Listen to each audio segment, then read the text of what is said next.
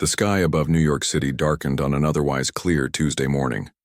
Office workers paused at their windows, confused by the sudden shadow.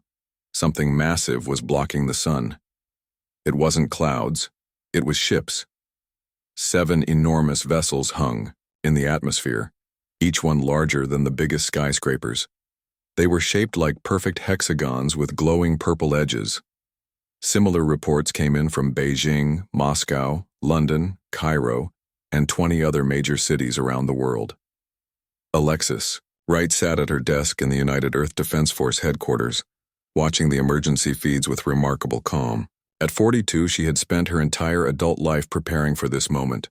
First contact. She just hadn't expected it to happen while she was eating a tuna sandwich. "All communications channels are being flooded with the same signal, Commander," said Lieutenant Paul Baker, his fingers flying across the holographic interface. "They're broadcasting on every frequency we use, plus several we didn't know existed." Alexis nodded, brushing crumbs from her uniform. "Put it on screen." The main display flickered to life. What appeared was unlike anything humans had imagined in their centuries of alien speculation.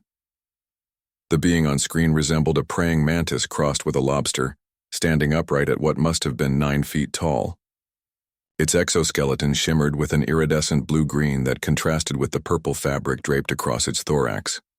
"People of Earth," the creature spoke in perfect English, though its mandibles didn't seem to match the words. Some kind of translation technology. "I am Imperial Envoy Zorthar of the Galactic Empire, representing His Imperial Magnificence, Emperor Shivtolak the Eternal. Your solar system has been claimed as property of the Empire since before your species learned to create fire. We have allowed your development to proceed without interference as part of our standard procedure for evaluating potential servant species."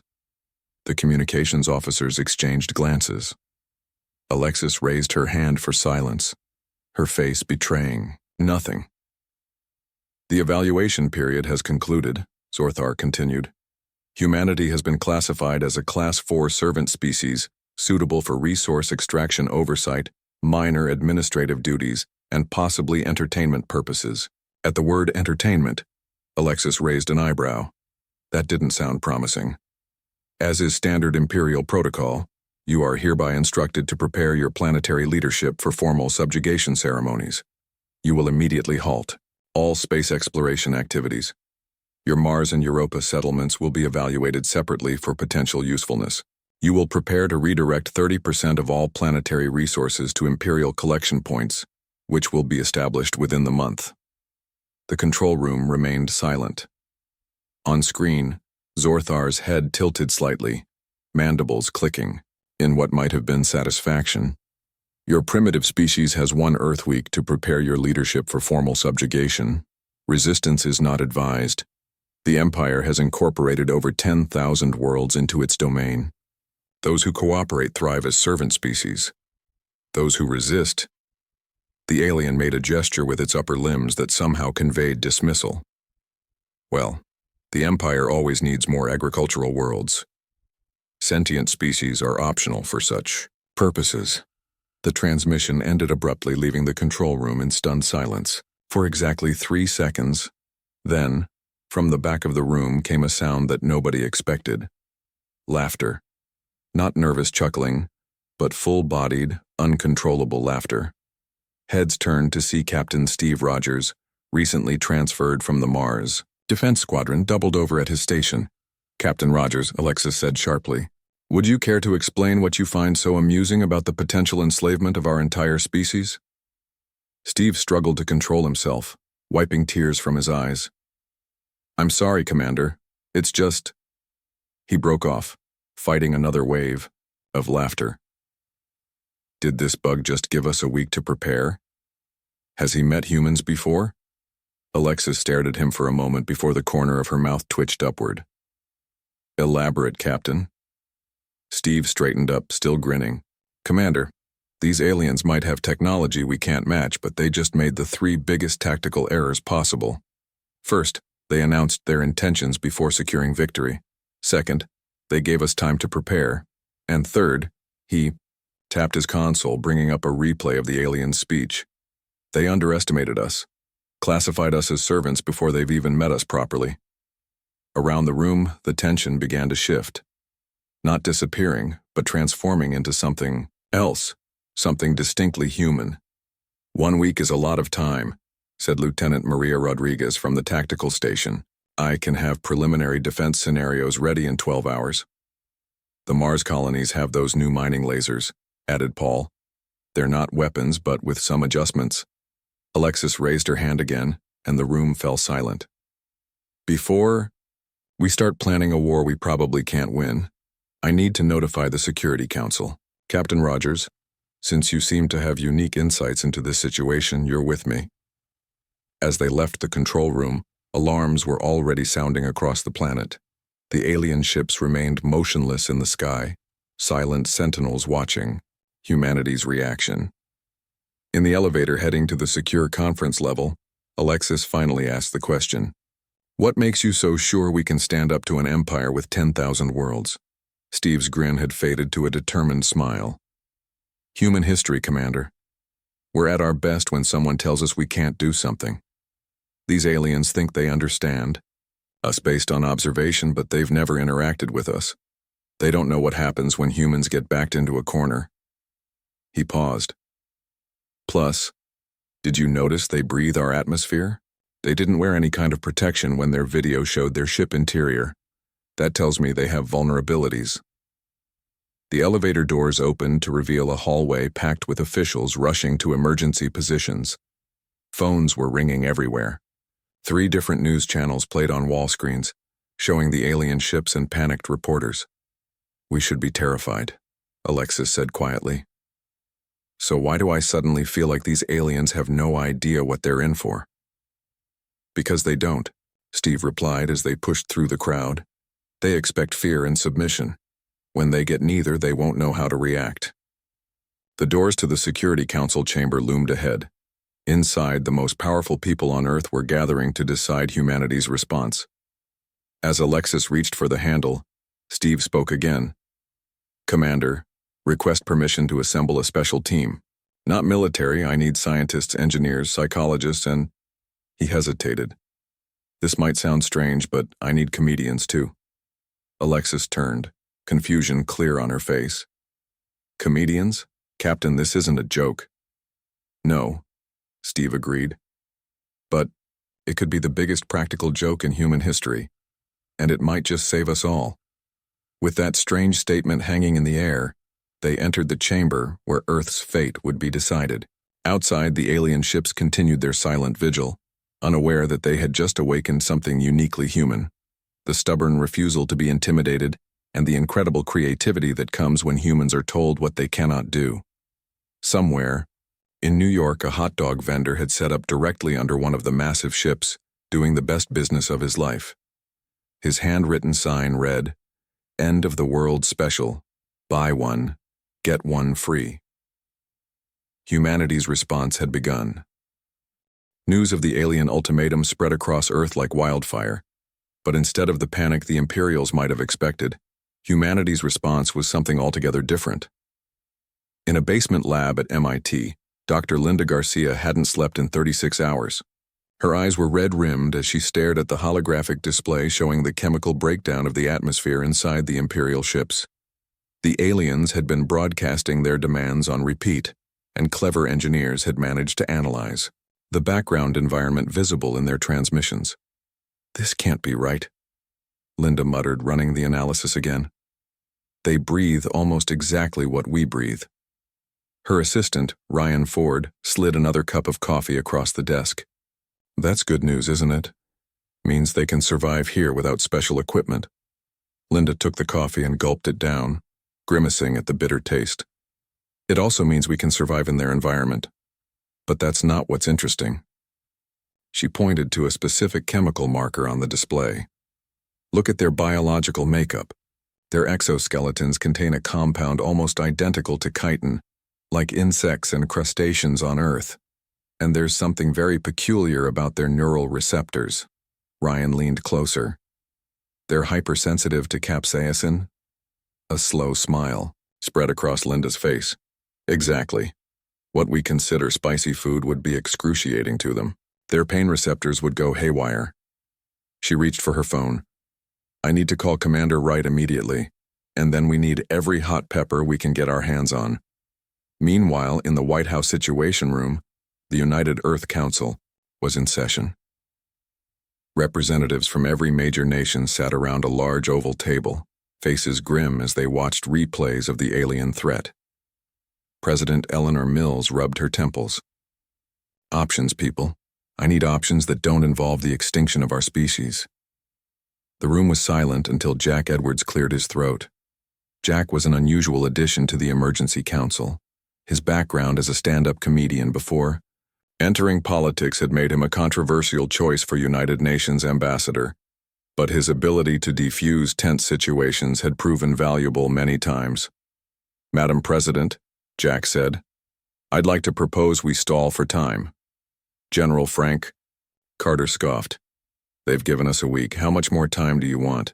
Jack leaned forward. I want to request a formal extension to properly prepare Earth's surrender ceremony. These aliens clearly value protocol and ceremony. Their envoy was practically dripping with it. We tell them we're preparing the most elaborate submission ritual possible to honor their greatness. And why would we do that? Asked the Chinese representative. Because, Jack replied, his eyes lighting up with the same spark that had made him famous on comedy stages worldwide. Dr. Garcia just sent me some very interesting information about our visitors' biology, and Captain Rogers has assembled quite the team of unusual talents. 3 days later, Jack stood before the alien communication screen, dressed in an absurdly ornate costume of his own design. It featured gold braiding, meaningless medals, and a hat that would have made any peacock jealous. Most esteemed Imperial Envoy, Jack said, bowing so low that his ridiculous hat almost touched the ground. On behalf of Earth, I humbly request additional time to prepare our surrender ceremony. Our traditions require elaborate preparations to honor such a momentous occasion. We wish to demonstrate our respect for the glorious empire with the most impressive submission ritual in our history. On screen, Zorthar's mandibles clicked rapidly. The alien seemed momentarily confused by the human's appearance and manner.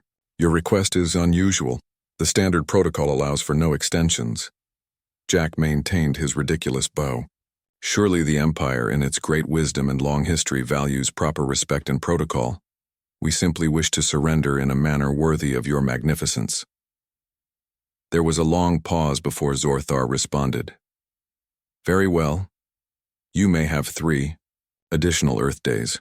The Empire appreciates your enthusiasm for proper subjugation etiquette. The moment the transmission ended, Jack straightened up and ripped off the ridiculous hat. That's 10 days total. Let's make them count. And count. They did. Across the planet, humans mobilized in ways the Imperials never anticipated. While the alien ships maintained their intimidating presence over major cities, something remarkable was happening below. In Mexico, every available jalapeno, habanero, and ghost pepper was being harvested and processed. Similar efforts were underway in India, Thailand, and other regions known for spicy cuisine.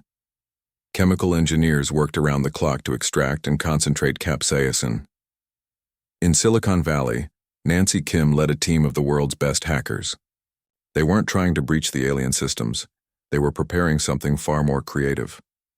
We can't hack their main systems, Nancy explained to Commander Wright during a secure video call. But we've analyzed their communication protocols. There's a vulnerability in how they process and categorize incoming data streams. We can't shut them down, but we can definitely change what they're seeing and sending. In New York, Steve Rogers had assembled his unusual team in a converted warehouse. The space looked more like a theater workshop than a military operation. Comedians worked alongside psychologists. Stage designers collaborated with military strategists, and special effects experts built devices that had never been considered for use in interplanetary diplomacy. The key, Steve explained to a group of skeptical generals, is understanding that intimidation only works if the target responds with fear. The moment you respond with something unexpected, like humor, the intimidator loses their advantage. They don't know how to adjust their strategy. One of the generals frowned. So your plan is to tell jokes to the aliens who want to enslave us? No. Steve replied with a grin. My plan is to make them the butt of the joke. There's nothing more devastating to an authoritarian than being laughed at. On the 9th day, with less than 24 hours remaining before the extended deadline, Commander Wright called an emergency meeting of all team leaders. Representatives from around the world joined via secure channels. The atmosphere was tense but strangely optimistic. Tomorrow, Alexis said, looking at each face in turn, we either pull off the greatest prank in human history, or we begin life as servants to the Galactic Empire. I need status reports from all teams. Dr. Garcia went first. Operation Hot Sauce is ready. We've produced enough concentrated capsaicin to affect every Imperial in the delegation, with delivery systems disguised as ceremonial objects. Nancy Kim nodded. The digital package is prepared. The moment they're distracted by the capsaicin, we'll upload our special content to their communication systems. Jack Edwards straightened his normal tie, all traces of his ridiculous costume gone. The ceremony is arranged. The United Nations Plaza has been prepared exactly as we discussed. The aerosol dispensers are hidden and ready. Steve Rogers was the last to speak. My team has prepared the backup plans. If anything goes wrong, we have 14 different contingencies ready to deploy. Alexis took a deep breath and looked around. At humanity's unlikely defense team, scientists, comedians, hackers, and diplomats, not a single traditional weapon among them. I never thought Earth's first interstellar conflict would be fought with hot sauce and memes, she said with a slight smile. But somehow, it feels appropriate. As night fell across New York, the Imperial ships glowed ominously in the darkness. Above, tomorrow would decide everything. But across the planet, humans went to sleep not with dread, but with a strange, bubbling anticipation. The Galactic Empire was about to learn a very important lesson about humans. Never give them time to get creative. The morning of the surrender ceremony dawned bright and clear in New York City. The Imperial ships seemed to gleam even more intensely in the sunlight, as if polished for the occasion. At the United Nations Plaza, thousands of humans stood in neat, orderly rows. From above, they might have looked appropriately submissive. Up close, the subtle smiles and excited whispers told a different story. Hidden cameras had been installed throughout the plaza, ready to broadcast what was about to happen to every screen on Earth. This wasn't just about saving humanity, it was about making a statement the entire species could rally behind. Commander Alexis Wright stood at the front of the assembly, wearing a uniform specially designed for the occasion. It looked formal and military, but had been modified with nearly invisible capsaicin-resistant coating. Every human in the front rows wore similar protection. Nervous? Jack Edwards asked, joining her at the front. His outfit was the most elaborate of all, designed to draw the maximum attention from the aliens. Strangely, no, Alexis replied. Either we're about to make history, or we're about to become the galaxy's most amusing footnote. Jack grinned. I can live with either of those options, better than becoming slaves. A low hum filled the air as the Imperial shuttle descended. Unlike the massive ships that remained in orbit, this vessel was smaller but no less impressive, shaped like a perfect teardrop, its surface rippling with colors that seemed impossible to human eyes. It landed with impossible gentleness at the far end of the plaza. Places everyone, Alexis said quietly into her hidden microphone. Around the world, teams acknowledged her command and prepared to execute their parts of the plan. The shuttle's door opened, forming a ramp to the ground. Imperial Envoy Zorthar emerged first, even more impressive in person than on the screens. Standing nearly 9 feet tall, the insectoid alien's carapace gleamed with ceremonial oils and was draped with additional purple fabric that trailed behind him like a royal cape. 50 Imperial guards followed, each carrying what appeared to be ceremonial staffs but were undoubtedly weapons. The aliens advanced to the center of the plaza where a raised platform had been constructed for the ceremony. Zorthar's mandibles clicked rapidly as he surveyed the assembled humans. Your preparation is adequate, the alien announced, voice booming through some kind of amplification device. The Emperor will be pleased with your swift acceptance of reality. Jack Edwards stepped forward and bowed deeply. Most magnificent envoy, we have prepared a special presentation to demonstrate humanity's understanding of our new place in the galactic order. He gestured to a group of humans who carried forward what appeared to be an ornate box made of polished wood and gold. It was large enough to require 4 people to carry it. This contains Earth's formal response and a symbolic gift to the Emperor, Jack continued, his face a perfect mask of subservience. A sample of humanity's finest creation. Zorthar made a gesture that might have been approval. You may present it. The box was set before the Imperial envoy. Jack stepped forward and opened its lid with a flourish.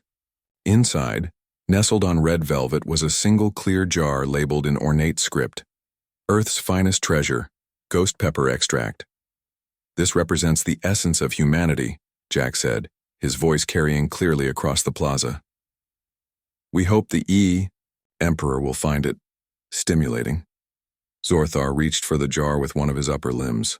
The moment his appendage touched it, Jack pressed a hidden button on his sleeve. Across the plaza, thousands of hidden aerosol dispensers activated simultaneously. A fine, nearly invisible mist of capsaicin extract filled the air around the Imperial delegation. For humans, it would cause mild discomfort, perhaps a bit of eye-watering and sneezing. For the Imperials, with their hypersensitive receptors, the effect was instantaneous and dramatic. Zorthar dropped the jar and made a high-pitched sound that no human had heard before, a cross between a screech and a gurgle. The Imperial guards began to twitch violently, dropping their weapons and clawing at their exoskeletons as if trying to escape their own bodies. Now, Alexis commanded into her microphone. From a secure location 5 blocks away, Nancy Kim executed the digital portion of humanity's plan. The virus she had designed infiltrated the Imperial communication systems through a vulnerability in their public broadcast protocol. Every transmission being sent to the Imperial fleet was now being intercepted and replaced. Instead of a message announcing Earth's formal surrender, the Imperial High Command received a compilation of Earth's most popular cat videos, followed by an endless stream of memes and deliberately nonsensical human behaviors. Back at the plaza, the Imperial delegation was in chaos. Zorthar had collapsed to his knees, mandibles flaring in what human scientists had determined was their equivalent of extreme discomfort. The guards were no better off, many lying on the ground in fetal-like positions. Alexis stepped forward, now wearing a transparent mask that filtered the capsaicin from the air she breathed. Imperial Envoy Zorthar, it seems you're experiencing some distress. Perhaps we should postpone the ceremony. The alien's compound eyes swiveled toward her, vibrating with what might have been anger or pain. What have you done? He managed to say through his translator device.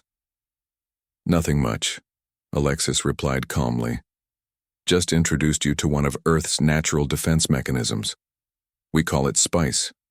Most humans consider it a pleasant flavor enhancer. Around the plaza, humans were putting on similar masks, watching the scene unfold with barely contained amusement. The cameras captured everything.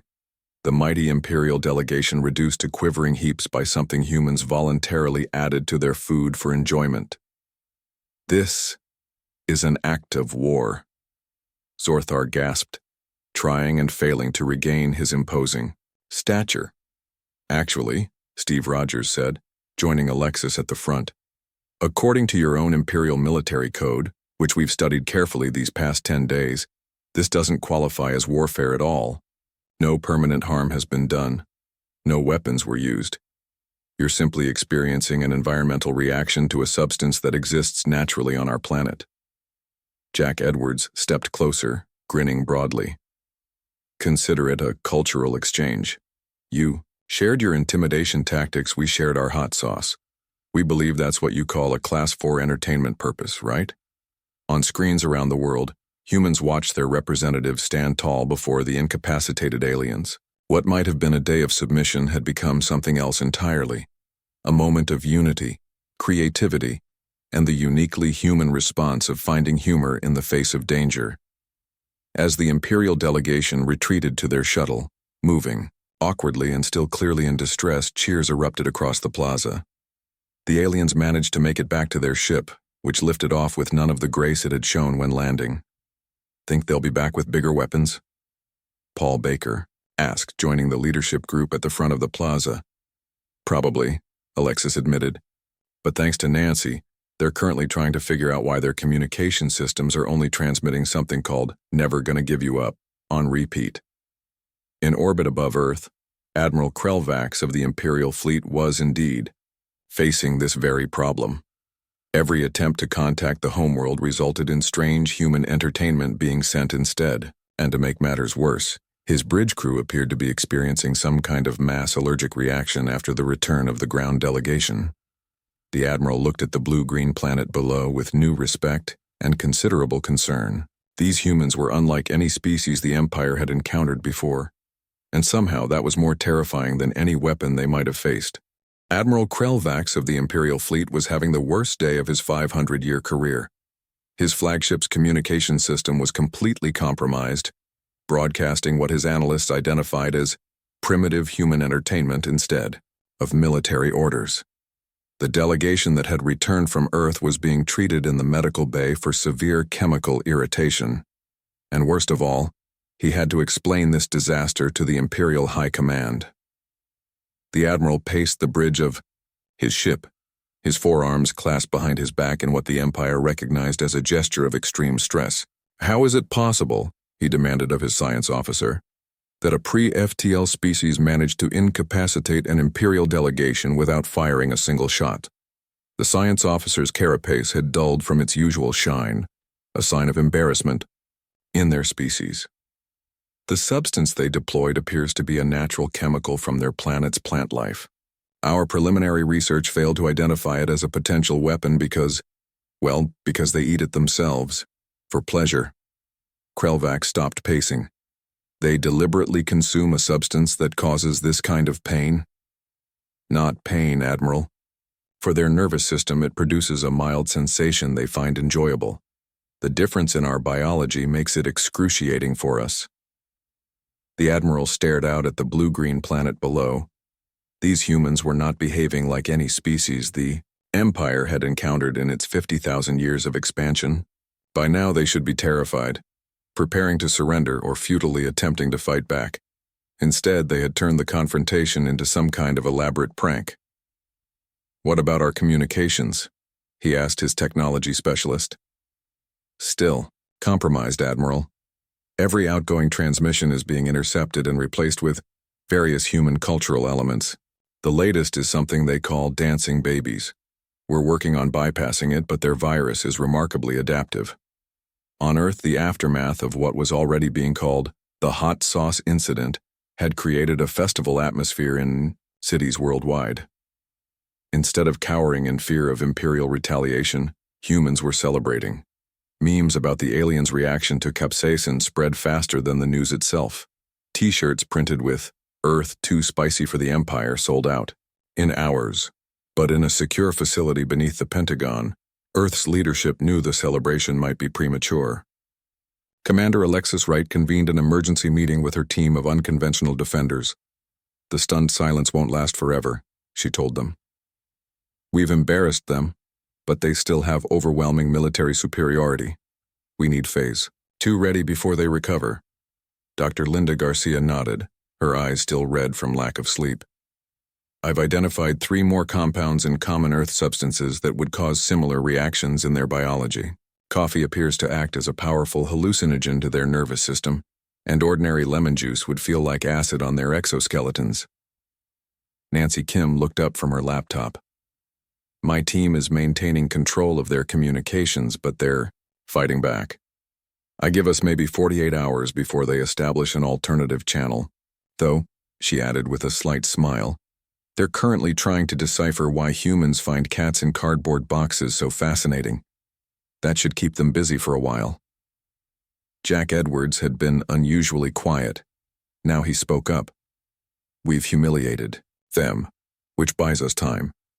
But we need more than pranks to survive long-term. We need to establish communication on our terms." Steve Rogers agreed. The capsaicin attack wasn't just about incapacitating them. It was about changing the power dynamic. They came expecting fear and submission. Instead, they got laughter. That's a psychological weapon they have no defense against. 3 days. After the incident, Admiral Krelvax made a decision that would change his career and possibly the history of the Empire.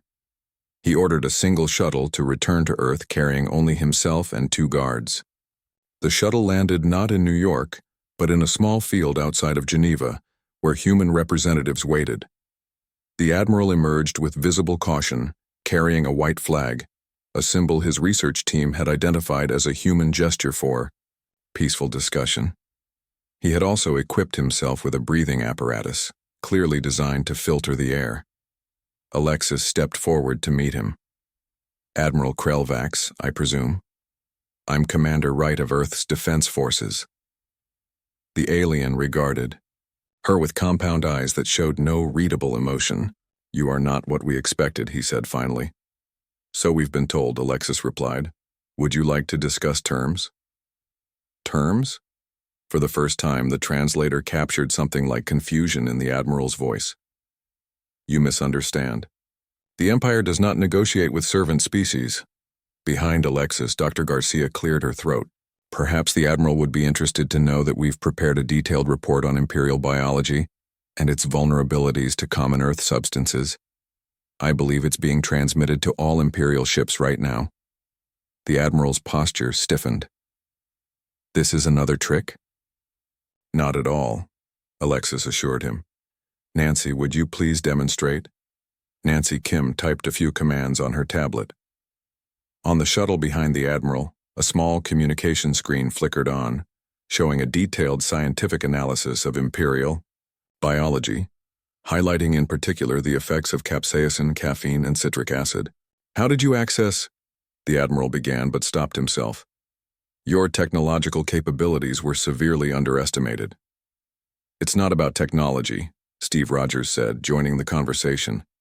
"It's about creativity. Your Empire has conquered, through fear and superior firepower for so long, that you've forgotten how to deal with a species that responds differently." Jack Edwards stepped forward, all trace of his earlier comedic demeanor gone. "Admiral, we could continue this dance of provocation and response, but I suspect neither of us wants that. What we're offering is a conversation." The Admiral's breathing apparatus made a slight whistling sound as he considered. "The Empire has never classified a pre-FTL species as anything but servants. There is no protocol for this." "Then perhaps," Alexis suggested, "it's time to create one." In orbit above Earth, the Imperial fleet awaited orders. On screens across the planet, humans watched the meeting with bated breath. No one knew that this unlikely conversation in a Swiss field would lead to what historians would later call the Geneva Protocol, the first agreement between Earth and the Galactic Empire based not on subjugation, but on mutual respect, born of humanity's refusal to be intimidated. As Greg Miller, a geology professor from Ohio, who had been invited to observe the meeting, later told reporters, "They tried to conquer us with fear, but forgot that humans have been turning their fears into jokes since we first huddled around campfires in the dark. It's how we cope, it's how we survive, and apparently, it's how we negotiate with alien empires too." The Empire was about to learn that laughter could be the most powerful weapon of all and the strangest path to peace. 6 months after the day Earth was supposed to surrender to the Galactic Empire, humanity had established itself as the most unusual member of the galactic community. The Geneva Protocol, signed by Admiral Krelvax and representatives from Earth's united governments, created a new classification in Imperial law: Special Autonomous Creative Protectorate. This unprecedented status recognized humanity's right to self-governance while establishing formal relations with the Empire. The Imperial ships no longer loomed threateningly over Earth's cities, but maintained a small diplomatic presence in orbit. Earth had not exactly won a war against the Empire. They had done something far more difficult. They had made the Empire reconsider its approach to expansion. Admiral Krelvax, initially sent to oversee Earth's subjugation, had become an unlikely advocate for human ingenuity within the Imperial court. His career had taken a surprising turn after the events now known throughout the galaxy as the Great Chili Incident. On a cool autumn morning in New York, Susan Parker prepared for her first day as Earth's ambassador to the Galactic Senate. At 38, the former international relations professor had never imagined she would be representing her entire species to an interstellar government. "Are you ready for this?" asked Dr. Linda Garcia, who would be accompanying her as scientific advisor. They stood in the lobby of the newly constructed Galactic Embassy, a stunning fusion of human and imperial architecture. Susan adjusted her ambassador's pin, which cleverly incorporated a tiny capsaicin dispersal device, just in case. As ready as anyone can be to face a room full of beings who, until recently, considered us suitable only for servitude. "Just remember what Jack always says," Linda replied with a smile. "When in doubt, make them laugh." The Imperial transport that would take them to the Senate was unlike anything humans had seen before, a vessel that seemed to bend light around it, making it shimmer like a soap bubble. Inside, the atmosphere was carefully regulated to be comfortable for both humans and the Imperial crew. Standing at the viewport as Earth receded below them, Susan felt the weight of her responsibility. "Do you think we're doing the right thing, joining their Senate rather than staying completely independent?" Linda considered the question. "I think we're doing the human thing, taking an impossible situation and turning it into an opportunity. Besides," she added with a twinkle in her eye, "someone needs to introduce the concept of comedy nights to Imperial culture." The Galactic Senate convened on a massive space station orbiting a star at the heart of Imperial territory. The journey took only hours thanks to the Empire's faster-than-light technology that humans would now have the opportunity to study and adapt. As they approached the station, Susan gasped at its scale. It was the size of Earth's moon, a perfect sphere etched with glowing lines that pulsed with energy. Ships of countless designs swarmed around it like bees around a hive. "Remember," Linda whispered as they prepared to disembark, "most of these species still think of Earth as that planet that defeated an Imperial delegation with food seasoning. Use it to your advantage." The Senate chamber itself was a vast amphitheater, with representatives from over 1,000 worlds arranged in ascending tiers. Most were species humans had never seen before, some resembling plants more than animals, others seemingly made of living crystal or swirling gas contained in mechanical suits. Zorthar, the Imperial envoy who had delivered the initial ultimatum to Earth, was now assigned as their guide. His once imposing presence seemed somehow diminished, especially when Susan noticed the subtle way other delegates seemed to suppress their version of laughter when he passed. "Ambassador Parker," he said formally, mandibles clicking in what humans now recognized as nervousness, "the Senate awaits your introduction." As Susan walked to the central podium, whispers rippled through the chamber. She was the first representative of a special autonomous creative protectorate to address the Senate in its 50,000-year history. "Distinguished delegates of the Galactic Senate," she began, her voice clear and confident, "I bring greetings from Earth, a planet that until recently many of you had never heard of. Some of you may know us only as the world that responded to intimidation with hot sauce." A ripple of something like laughter moved through the chamber. "Good," Susan thought. "They've at least heard the story, but we are much more than a single moment of creative defense. Humanity has a long history of turning adversity into opportunity, of finding humor in darkness, and of reaching out to build connections rather than walls. We did not come here today to demand recognition or to boast of our small victory. We came to learn, to share, and yes, to change the way this galactic community views expansion and incorporation." The chamber had fallen completely silent. For too long, the Empire has classified worlds as either threats to be neutralized or resources to be exploited. Earth proposes a third path, partnership based on mutual respect and the understanding that diversity of thought leads to stronger, more resilient societies. From his position near the Imperial delegation, Admiral Krelvax watched with what might have been approval. The humans continued to surprise him. Instead of demanding concessions or reparations, they were offering a new perspective. When Susan finished her address, something unprecedented happened in the Galactic Senate. A delegate from a crystalline species began tapping their appendages against their seat, their version of applause. Others joined in, creating a wave of sound that filled the chamber. Later that evening, at the reception for the New Earth delegation, Susan found herself speaking with representatives from worlds that had been part of the Empire for thousands of years. They asked questions not about Earth's defenses or resources, but about human humor, creativity, and art. A small delegation from a world called Nixtura approached her cautiously. "Is it true," their translator asked, "that humans gather specifically to laugh together? We have heard of these comedy nights, and find the concept fascinating but incomprehensible." Susan smiled. "Perhaps we could arrange a cultural exchange. I happen to know an excellent former comedian who now works in diplomacy." Across the galaxy, the story of Earth's resistance spread among the Empire's servant species. It was whispered in work camps and factories, in mines and processing centers. The planet that laughed in the face of imperial might. The species that turned spice into a weapon and memes into a shield. On thousands of worlds, beings who had known only submission for generations began to look at their imperial overseers differently. Not with open defiance, not yet, but with something new. A spark of possibility. A question. If humans could change their fate with laughter, what might we do? As Professor Greg Miller had said in his now famous interview, the Empire tried to intimidate humanity, but was met with laughter. And laughter, it turns out, is the most contagious thing in the universe.